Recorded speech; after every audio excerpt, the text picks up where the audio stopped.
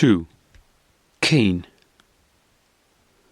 Salvation from my tormentor came from a totally unexpected quarter, and at the same time I was conscious of a new element in my life, which has affected me right up to the present day. A new boy had just joined our school. He was the son of a well-to-do widow who had come to live in our town, and he wore a mourning band on his sleeve. He was placed in a higher class than mine, and was several years older, but he soon impressed me as he impressed everybody else. This remarkable boy seemed older than he looked. He did not in fact seem like a boy at all. He moved among us more childish members of the school, strangely mature, like a man, or rather a gentleman. He was not popular. He took no part in games, still less in the general rough and tumble, and it was only the firm, self-confident tone he adopted in his attitude towards the masters that won him favour with the other boys. He was called Max Demian. One day, as happened now and again, an additional class was put in our large classroom for one reason or another. It was Damien'S. We junior boys were having a scripture lesson. The senior boys had to write an essay. While we were being told the story of Cain and Abel, I kept glancing over towards Demian, whose face held a peculiar fascination for me, and I observed his bright, clever, unusually resolute face, bent diligently over his work. He looked less like a schoolboy doing his prep than a research student absorbed in some individual problem of his own. He did not attract me. I was conscious, on the contrary, of a certain antipathy between us. He was too self-possessed and cool, too defiantly confident. His eyes had a grown-up expression, which never commends him to young people, faintly sad, with flashes of derision. But I couldn't help staring at him whether I liked him or not. Hardly had he given me one glance, however, when I immediately averted my head in panic. When I think back to it today, and how he looked as a schoolboy, I can certainly confirm that he was different from all the rest in every respect. An individual wholly in his own right, with his own personality stamped on him. Therefore, though he made every effort not to impress, he bore himself and behaved in every way like a prince, moving about among peasants incognito, and taking great pains to look like them. He was walking behind me on the way home from school. When the others had run off, he caught me up and greeted me.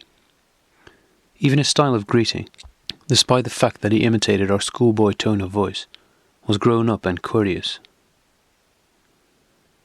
"Shall we walk along together for a while?" he asked amiably. I was flattered and nodded. Then I described to him where I lived. "Ah, there," he smiled. "I know the house. An odd thing has been built in above your front entrance. It has always intrigued me." I had no idea to what he was alluding, and I was amazed that he apparently knew our house better than I did myself. The keystone of the arch had certainly a coat of arms on it, but it had been worn smooth during the centuries and had often been painted over. As far as I knew, it had nothing to do with ourselves and our family history.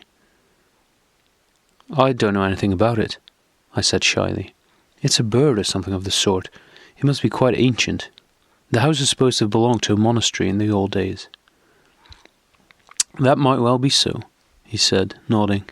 "Have a good look at it. I think the bird is a sparrowhawk." We walked on. I felt very constrained. Suddenly Demian laughed as if something comic had occurred to him. "Yes, I was there during your lesson," he burst out. "The story of Cain who bore the mark on his forehead, wasn't it? Do you like it?" No. It was rare for me to like anything we had to learn. I did not, however, dare to confess it, for I felt I was being addressed by a grown-up. I said I liked the story quite well. Demian slapped me on the back. "You don't need to put on an act with me, dear chap. All the same, the story is really very remarkable, much more so than most of the other stories that are taught in class. Your teacher did not say much about it, just the usual comment about God and sin and so on. But I believe—" He broke off and asked with a smile, "But are you interested?" "Yes. I believe then," he continued, "that this story of Cain can be interpreted differently. Most of the stories we are taught are valid and authentic, but it is possible to see them from another angle than that of the teachers, and it gives them much more sense. You can't feel satisfied with this Cain, for example, and with the mark on his forehead as they explain it to us. Don't you agree? Someone may certainly kill his own brother in a quarrel, and he may panic afterwards and eat humble pie. But that he should be marked with a special sign for his cowardice, that acts as a kind of protection and inspires fear in everybody else, is strange indeed. It is, I said, becoming interested in the subject. But what other interpretation could one give the story? He struck me on the shoulder again. Quite simple. What happened and lay behind the whole origin of the story was the sign. He was a man who had something in his face that frightened other people. They did not dare lay hands on him. He impressed them, he and his children. It is virtually certain that he bore no actual mark on his brow, like a postmark. Real life isn't as crude as that. Rather, there was some hardly perceptible mark, a little more intelligence and self-possession in his eyes than people were accustomed to. This man had power, and they all went in awe of him. He had a sign. You can explain that how you will. People always want whatever is comfortable and puts them in the right. They were afraid of Cain's children. They bore a sign. So the sign was not interpreted for what it really was, but the contrary. They said that people with this sign were odd, as indeed they were. Men of courage and character always seem very sinister to the rest. It was a sinister thing that a breed of strange, fearless people should be going about, and so they attached a nickname and a myth to this family as a way of taking revenge and ridding themselves of guilt for all the fear they had experienced. Do you see? Yes. That means then that Cain was not really evil, and the whole Bible story isn't really authentic. Yes and no. These ancient stories are always true in a sense, but they are not always properly recorded or given a correct interpretation.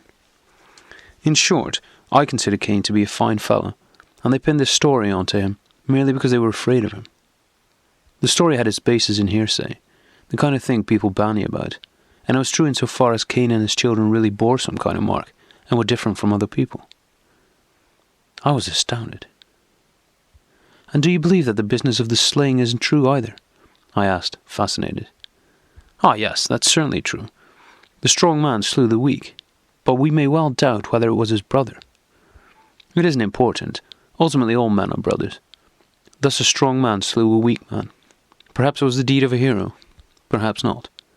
At all events, the other weaklings were now filled with fear, complained bitterly, and when they were asked, "Why do you not slay him too?" they did not reply, "Because we are cowards," but, "We cannot. He has a sign. God hath branded him." The fraud must have originated somehow like that. But, I'm keeping you. Goodbye then. He turned into the old Gasse and left me standing there more baffled than I had ever been before in my life. Almost as soon as he had gone, everything he had said seemed utterly incredible. Cain a noble man, Abel a coward, the brand of Cain a mark of distinction. It was absurd. It was blasphemous and wicked. Where had God been? Had he not accepted Abel's sacrifice? Did he not love Abel? No, it was all nonsense. Demian had wanted to fool me, lead me on and get me into trouble. He was a devilish clever fellow, and could talk, but he couldn't put that one over. I've never before given so much thought to a Bible story, or any other for that matter. It was a long time since I'd forgotten Franz Cromer so completely, for hours, for a whole evening in fact. At home I read the story once again as it was written in the Bible. It was short and unambiguous, and it was quite mad to look for any special hidden meaning. At that rate, any murderer could masquerade as a favoured one of God. Nah, it was nonsense. It was just Damien'S easy and attractive way of telling these things, as if everything were self-evident. And then that look in his eyes. There was something very wrong with me. I'd lived in a wholesome and unsullied world. I'd been a kind of Abel, and I was struck so deeply in the other world. I'd fallen and sunk, and yet, at heart, I could not really help it. How was this? And now a memory flashed through my mind which left me almost breathless. On that fatal evening when my present trouble had begun, and I'd been with my father, I'd suddenly seen through his world of light and wisdom. Indeed, I myself, who was Cain and bore that sign, had imagined that the sign was nothing to be ashamed of, but a distinction rather, and that because of my wickedness and misfortune, I stood higher than my father, higher than the pious and righteous. I did not think the matter out as definitely as that, but my thought was composed of all these elements. It was a stirring of strange emotions that hurt me and filled me with pride at the same time. When I considered how strangely Demian had spoken of the fearless and the cowards, how oddly he had interpreted the sign on Cain's brow, how his remarkable adult eyes had lit up, the question flashed through my mind whether this Demian himself was not a kind of Cain. Why did he defend him if he didn't share the same feelings? Why had he this power in his eyes? Why did he speak so scornfully of the others, the timid souls who, after all, were the pious and chosen ones of the Lord? These thoughts went round and round in my head. It was a stone dropped into a well, and the well was my youthful soul. And for a long time this matter of Cain, the murder and the sign, formed an outlet for my attempts at recognition, my doubts and criticism. I observed that Demian exercised a fascination over the other boys too. I had not breathed a word to anyone about the Cain business, but the rest also seemed to be interested in him. And at all events, there were many rumours in circulation about the new boy. If I only knew them all, I thought, each one would throw some light on his character and have some significance. But I merely knew that Demian's mother was reported to be very wealthy. It was also said that neither she nor her son ever attended church. One boy wondered whether they might not be Jews, but they could equally well be Mohammedans. Tales are also current of Max Damien'S physical prowess.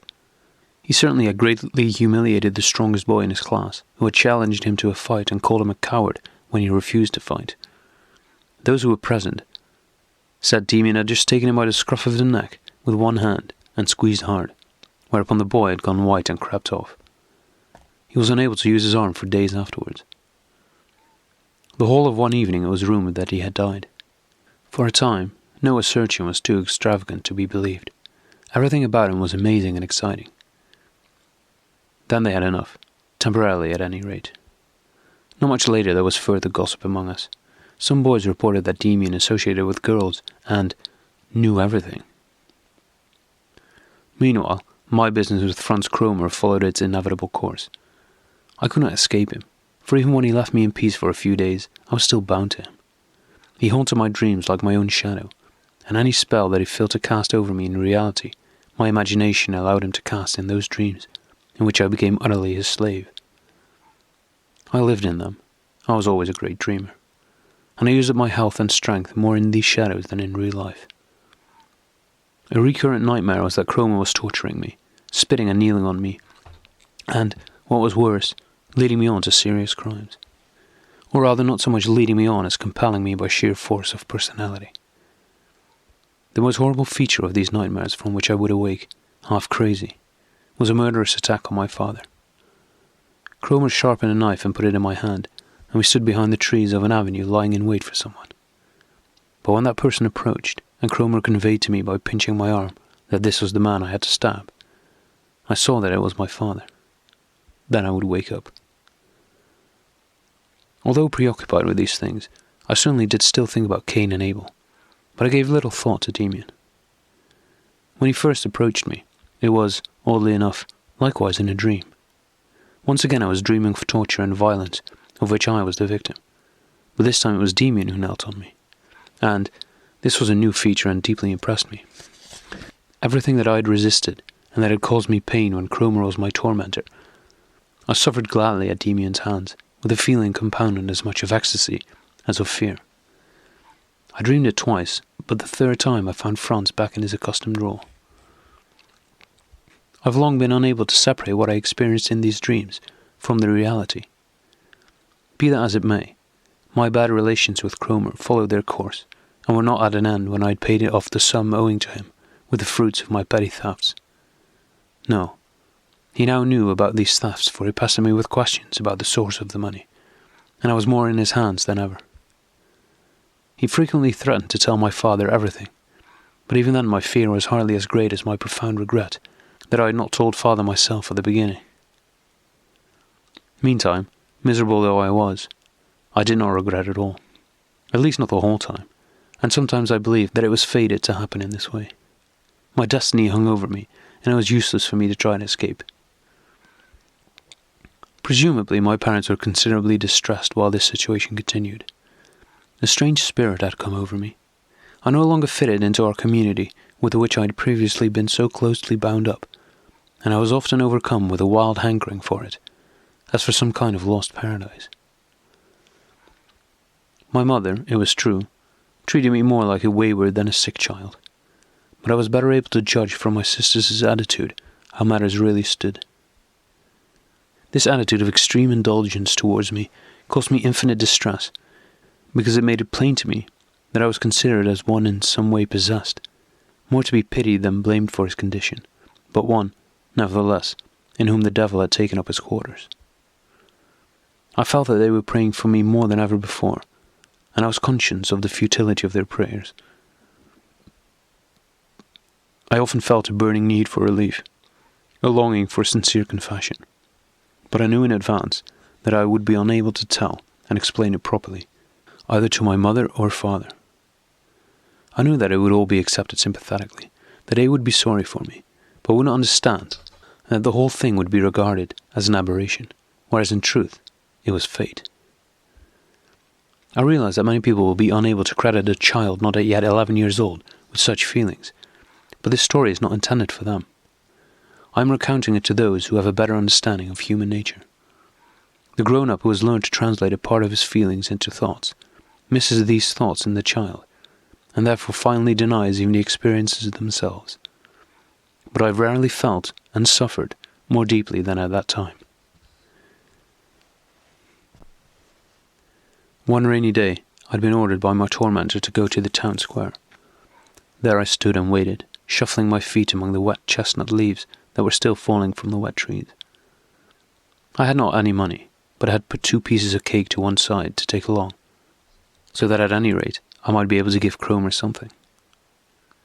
I was used to standing in a corner and waiting for him, often for a very long time, and I put up with it the way one learns to tolerate the inevitable. At length Cromer came up to me. He did not stay long. He dug me in the ribs a few times, laughed, took the cake, even offered me a damp cigarette, and was more friendly than usual. "Ah, yes," he said as he was leaving me. "Before I forget, you might bring your sister along next time. Your elder sister, I mean. What is her name, by the way?" I failed to grasp his point and made no reply. I looked at him, surprised. "Don't you get me? You are to bring your sister." "Yes, Cromer, but it's no good. I wouldn't be allowed to do so, and she wouldn't come in any case." His proposal did not surprise me. I saw it for what it was, a ruse and a pretext. It was the sort of thing he was always doing, demanding the impossible, frightening and humiliating me, and then gradually relenting. I had to buy myself off with money or some gift.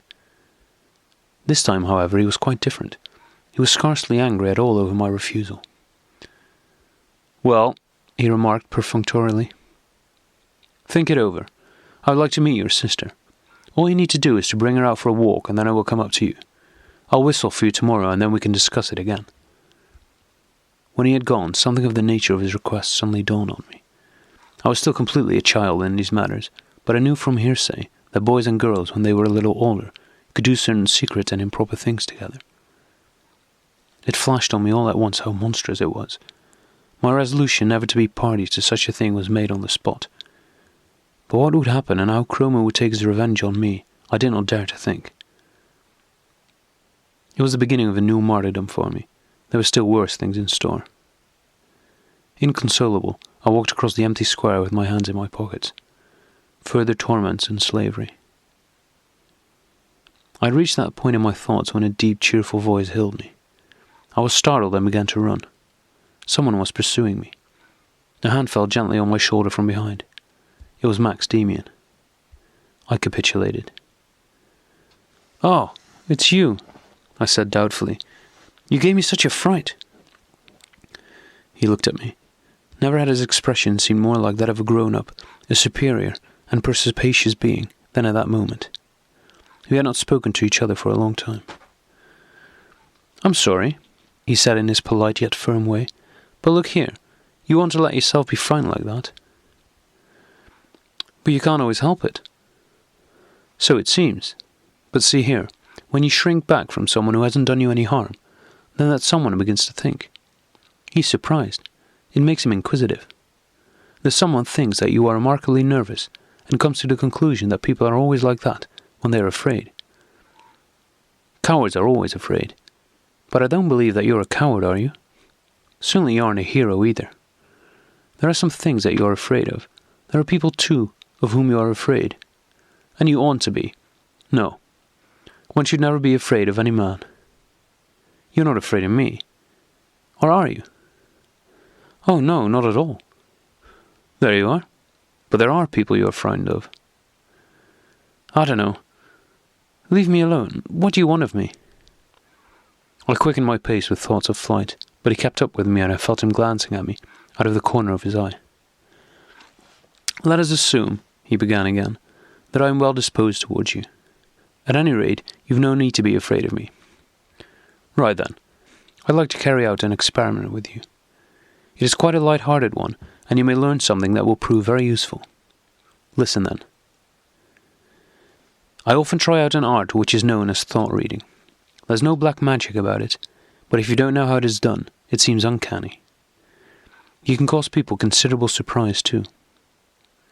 Well, we'll try the experiment. Now, I'm fond of you or interested in you, and I would like to discover what it's like inside you. To do this, I've already taken the initial step. I frightened you. You are therefore in a nervous state.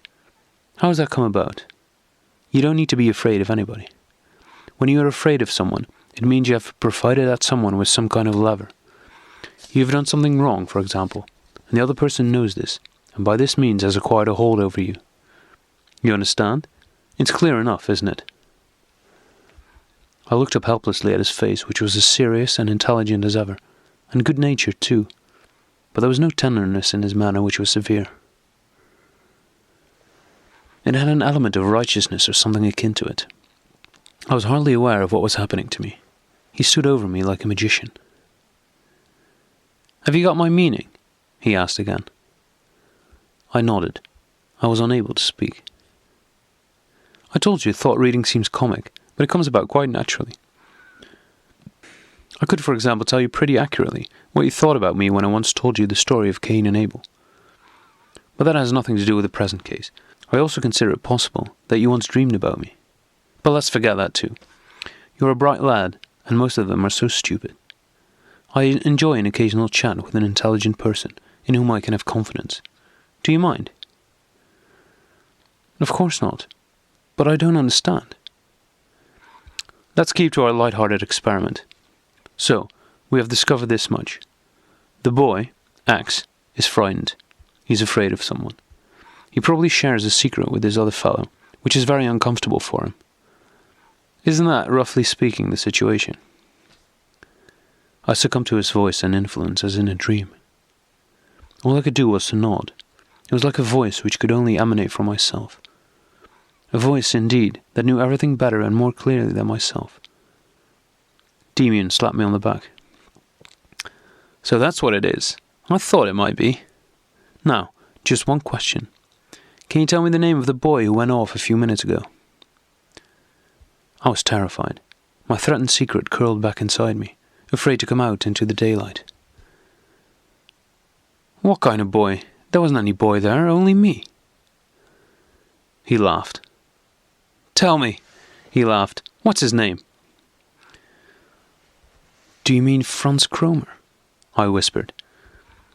He gave a satisfied nod. Good. You're a sensible chap. We'll become friends yet. But first I must tell you something. This Cromer, or whatever his name is a rotter.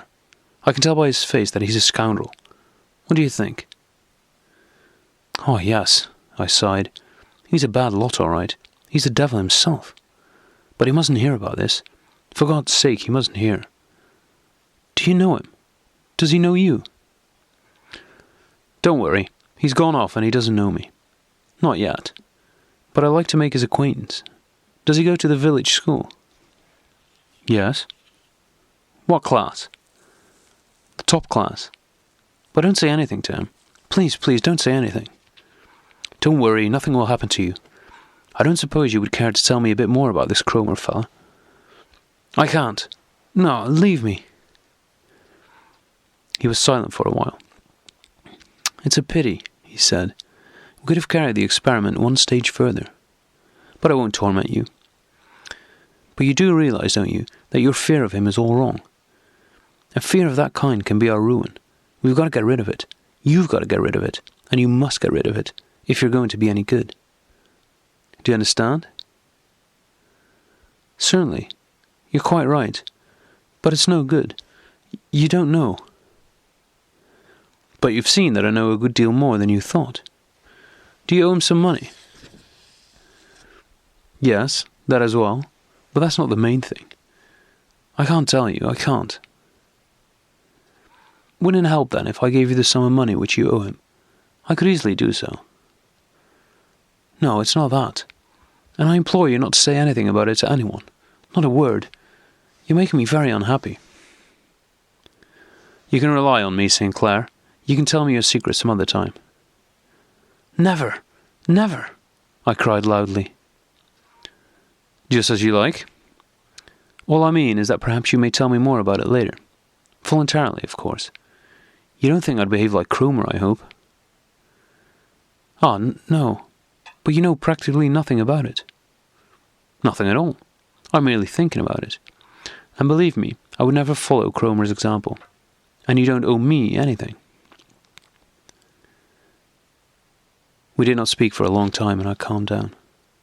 But I found Damien's knowledge all the more puzzling. I'm going home now, he said, gathering his coat closer round him in the rain.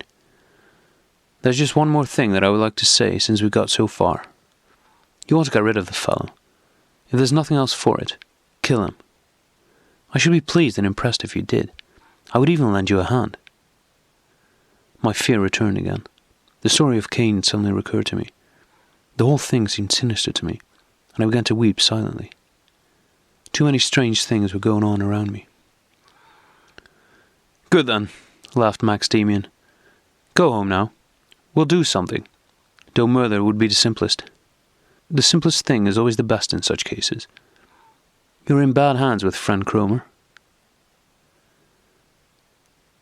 I found my way home and felt as if I'd been away for a year. Everything looked different. Between me and Cromer stood something like the future, something in the nature of hope. I was no longer alone. And now for the first time, I saw how terribly alone I'd been with my secret all those weeks. And something occurred to me over which I had often pondered, that a confession to my parents would merely relieve me without entirely redeeming me.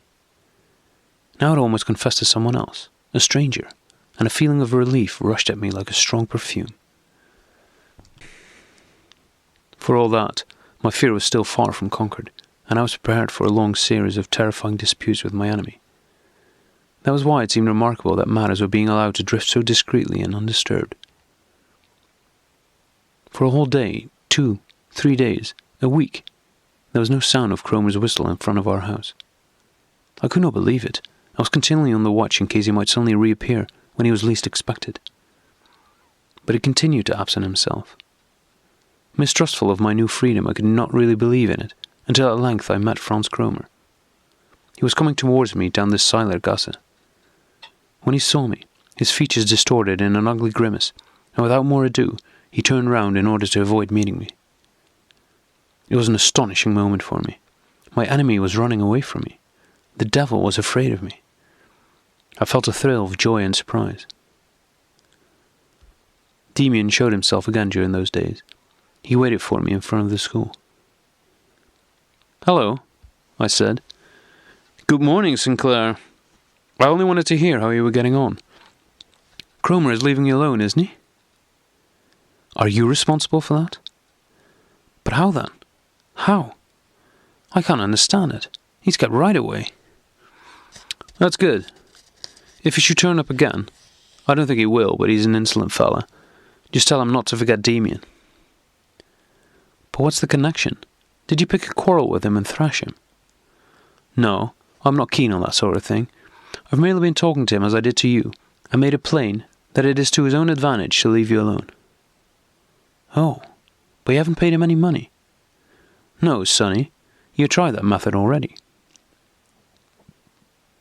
He made off, though I badly wanted to question him, and I was left with the oppressive feeling he always gave me. It was an odd mixture of gratitude and awe, admiration and fear, consent and inward hostility. I resolved to see him again soon so that I could discuss it all with him, as well as the cane business. But this was not to be.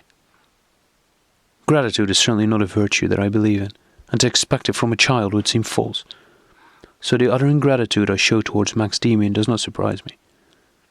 Today I have no doubt whatsoever that I should never have recovered, but would have been ruined for life if he had not freed me from Cromer's clutches. Even at that time I was conscious of this liberation, as the greatest experience of my young life. But I deserted my liberator as soon as he had accomplished the miracle. There was nothing remarkable, as I have just affirmed, about my ingratitude. The one strange thing was my lack of curiosity. How was it possible for me to live another day without drawing any closer to the secrets with which Demian had brought me into contact? How could I resist a curiosity to hear more about Cain, more about Cromer, more about thought reading?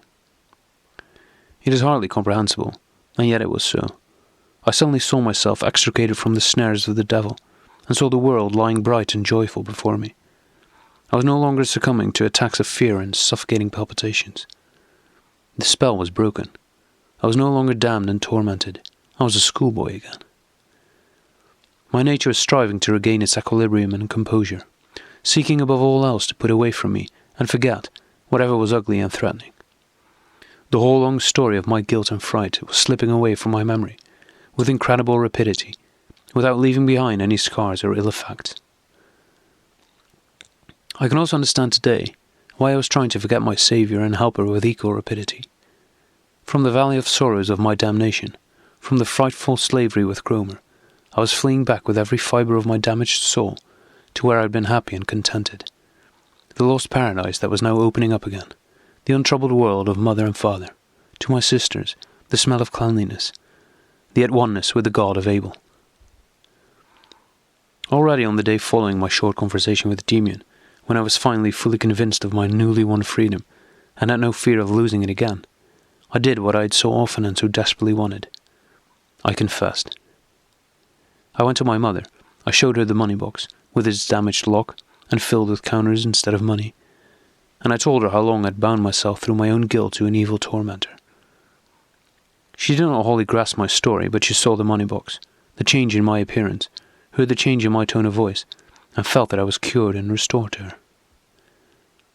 And now with heightened emotions I underwent the ceremony of my readmittance to the fold, the prodigal son's homecoming. Mother took me along to father. The story was repeated. Questions and exclamations of praise were showered on me. Both parents patted me on the head, and breathed great sighs of relief. Everything was marvellous. Everything was like the fairy tales. Everything was restored to a wonderful harmony.